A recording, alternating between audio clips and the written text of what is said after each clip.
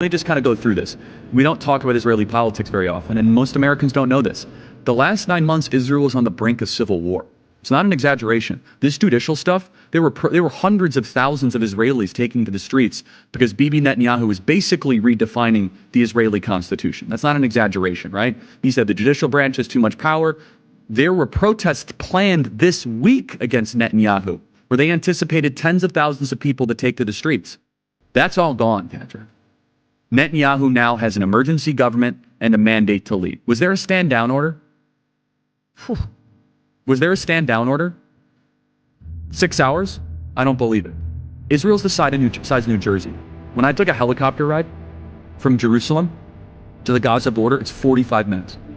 6 hours. They're live streaming the killing of Jews. Did somebody in the government say stand down? That is a legitimate, non-conspiracy question. The whole country is the IDF. The whole country is. Yeah. But the fact is now Bibi and the Israeli hard-right government has a mandate, I'm going to be careful the way I say this, they're going to try to ethnically cleanse Gaza. I mean, I don't use that term lightly, okay? That they're talking about basically removing 2.5 million people from there, okay? And honestly, they have a mandate to go seek justice and revenge. They do.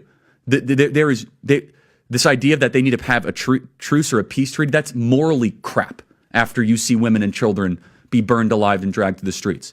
But there are some serious questions here, Patrick. And let me tell you, my pattern recognition over the last 5 years has become pretty sharp. COVID, Maui fires, Epstein. When I see a story and it doesn't click, our guts are usually right.